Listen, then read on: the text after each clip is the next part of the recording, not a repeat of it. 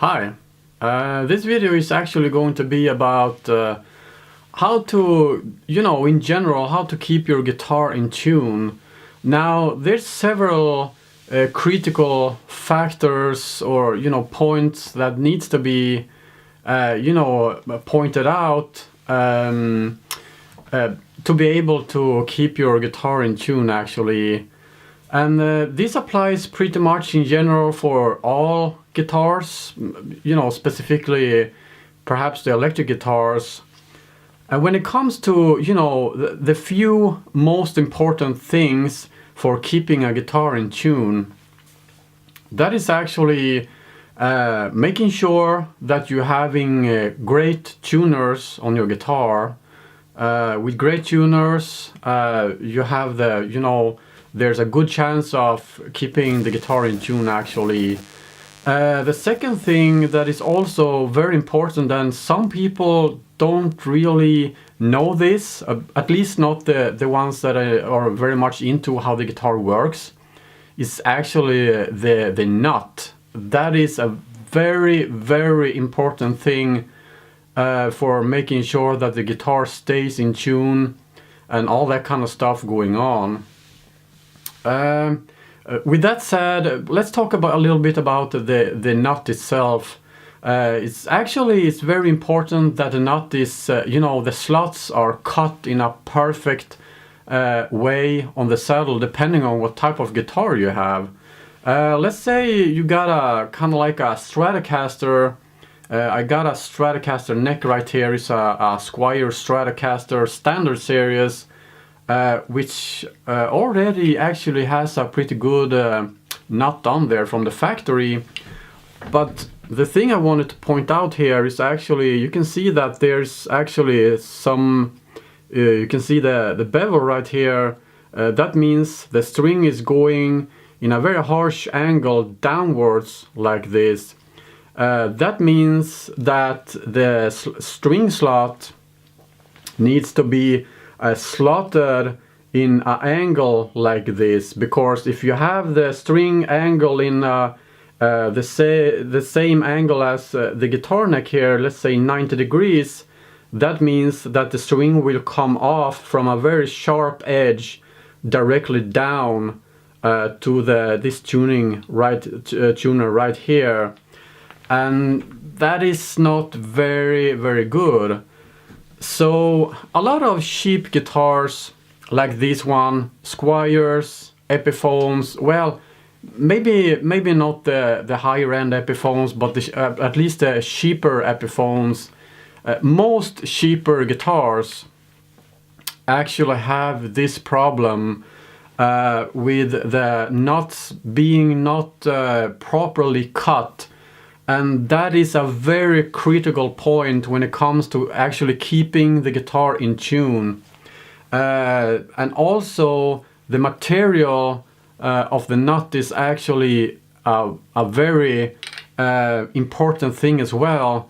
So most cheaper guitars like this one, and cheaper Epiphones, there could be Squiers, a lot of cheap guitars actually using plastic nuts. And plastic nuts is not a very good way to go if you want to make sure to keep your guitar as close as 100% in tune as possible.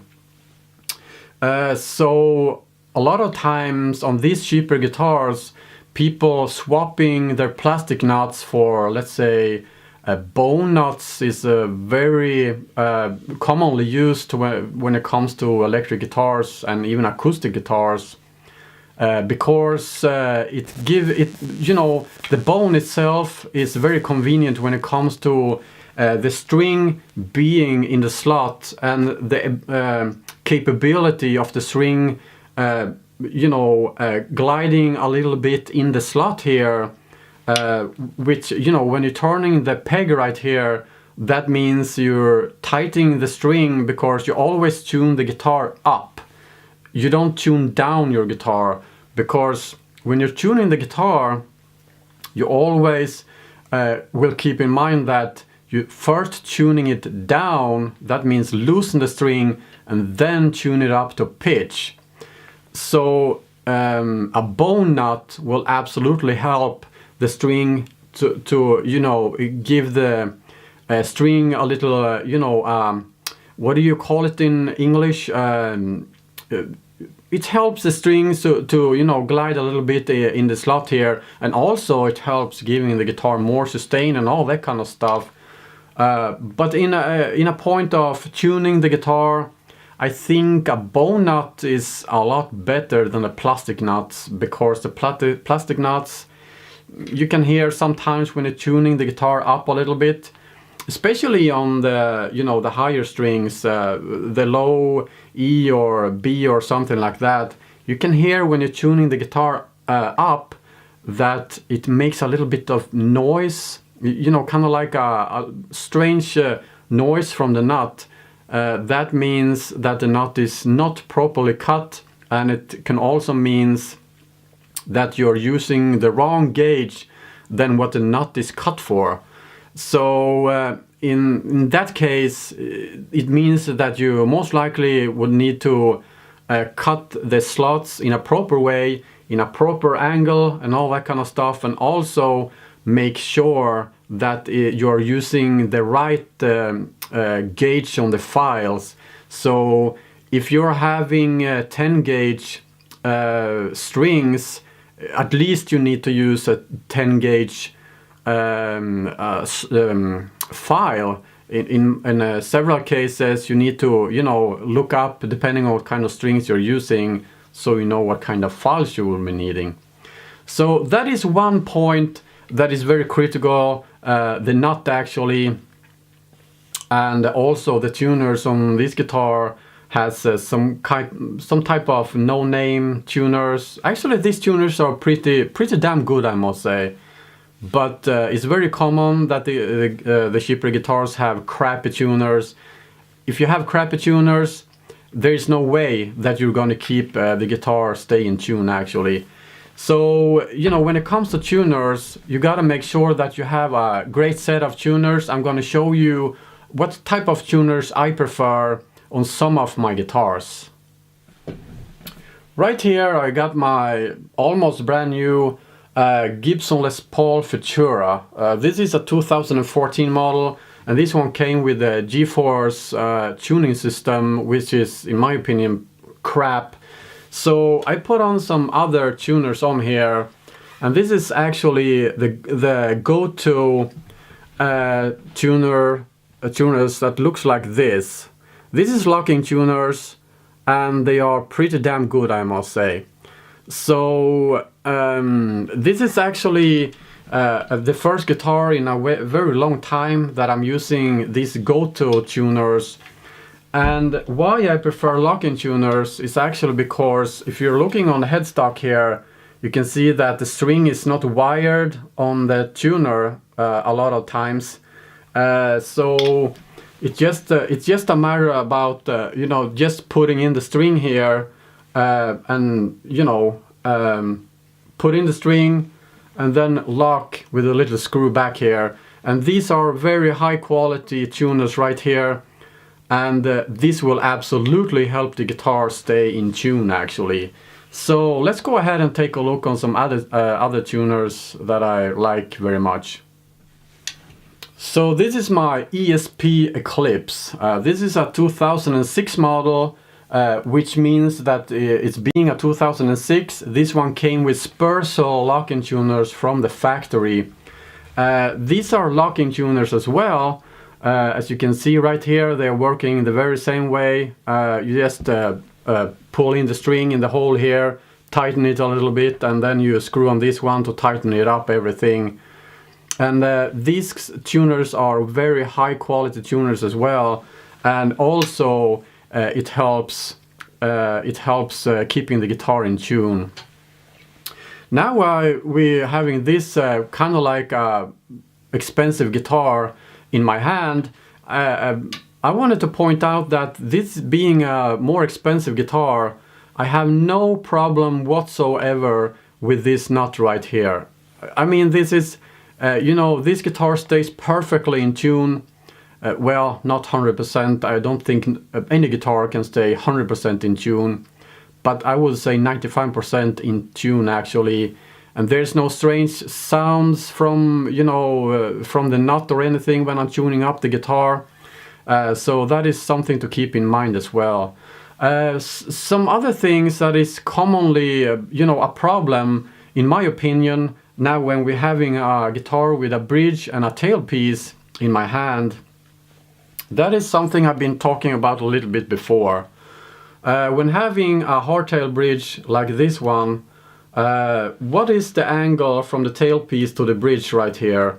That is, you know, in my opinion, that is a critical point actually, because the more angle you got here, the harder it will be for the guitar to stay in tune, because, you know, the string only vibrates from the bridge to the nut. But, you know, what is going on over here and what is going on over here? That is a big question, and I will not go into everything of that. But in my opinion, it's important that you have the angle from the tailpiece to the bridge saddle right here, no more angle than the string has from the nut and the angle of the headstock. So that is my theory of helping a guitar stay in tune. So all my Les Pauls, I have a bunch of Les Pauls. I always adjust the angle from the tailpiece to the bridge to no more than the angle of the headstock itself. And also keeping a guitar stay in tune, you have to check so that the string is not touching the bridge, because if it does, well, that is not very good actually. Something that would definitely keep the guitar stay in tune is roller bridges. Some people say you should not use roller bridges. I had a few guitars with roller saddles, so to speak, and they were pretty damn good. But in my opinion, a little bit of the sustain will actually be lost if you're using a bridge with a roller saddle on there. However, the guitar will stay better in tune actually.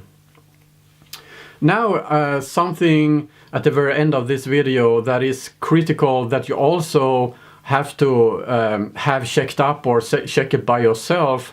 If you're feeling like the guitar doesn't really sound in tune, even if you tuned up the guitar to pitch, is that maybe your guitar is not properly intonated. Now, this is not an intonation video. There can be found elsewhere, anywhere on YouTube, so you can go ahead and just search for intonated guitar or something like that. However, if you tune up your guitar to pitch string by string, and then you're taking a chord, E moll for example, maybe it sounds pretty damn 100% in tune.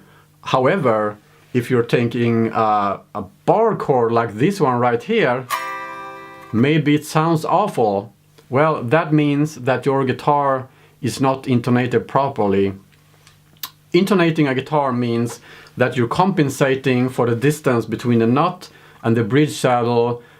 Each string is very unique. That means that you need to be able to compensate the distance a little bit to be able to get the very exactly the same tone that is supposed to have for very specific tunings.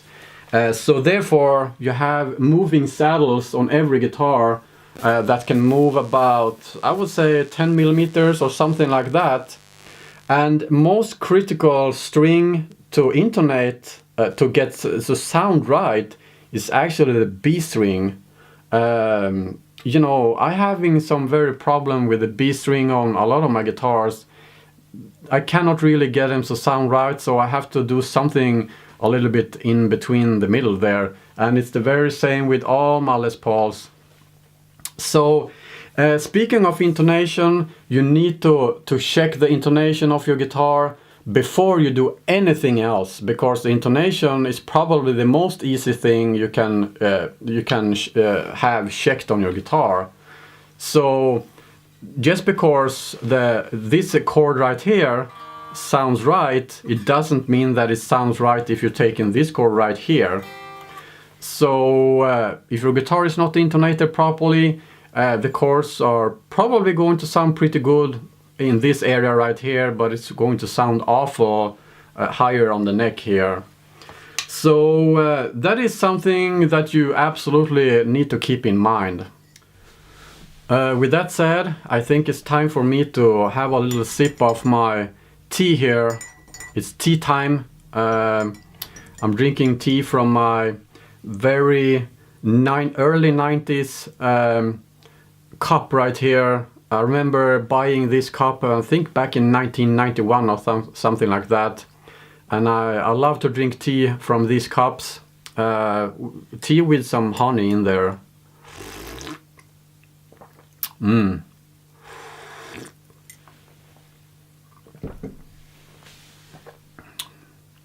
Perfectly English tea. Yeah.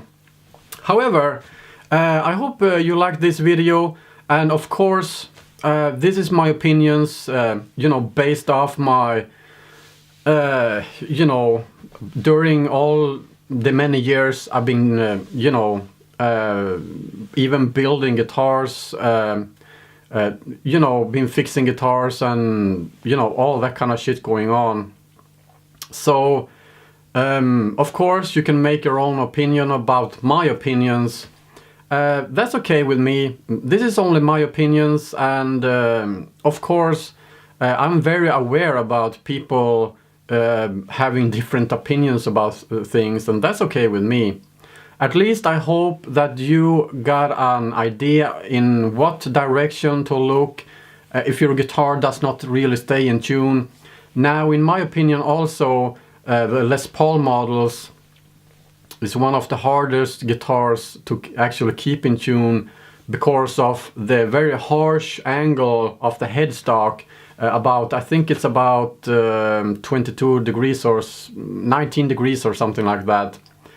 And that means that the slots in the nut need to be, you know, cut in a very different way than, let's say, a Telecaster or a Stratocaster. So that is very much depending on what type of guitar you have. If you don't know anything about guitars, I suggest that you go ahead and you know, take the guitar to a guitar tech or something like that, you know, can have a checkup and see what is the critical point on your guitar. Whether if it's depending on bad tuners, you need to buy a set of good tuners, or if it's a poorly cut saddle, or if it's a combination in between a poorly cut saddle with a poorly material in the saddle. That could be probably the best way is to change the saddle for, you know, or something like that. A tusk saddle, tusk nut maybe. Excuse me, this is not a saddle, it's a nut. I mean a nut, yeah.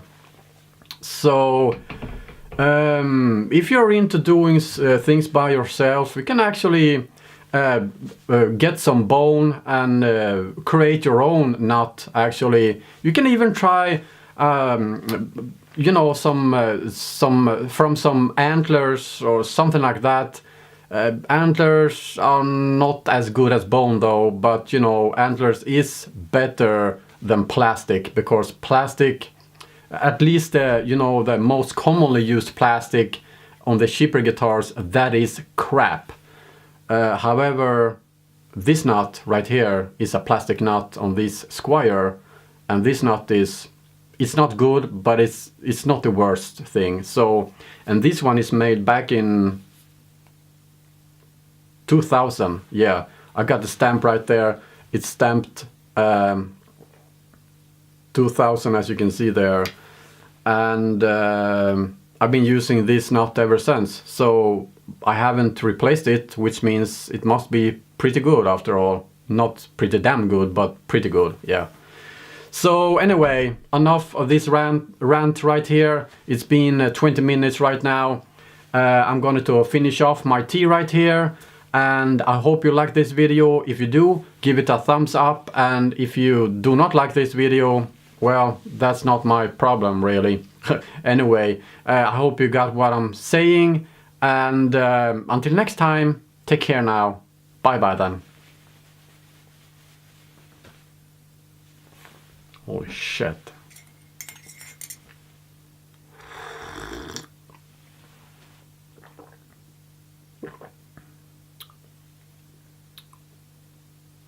Pretty damn good tea.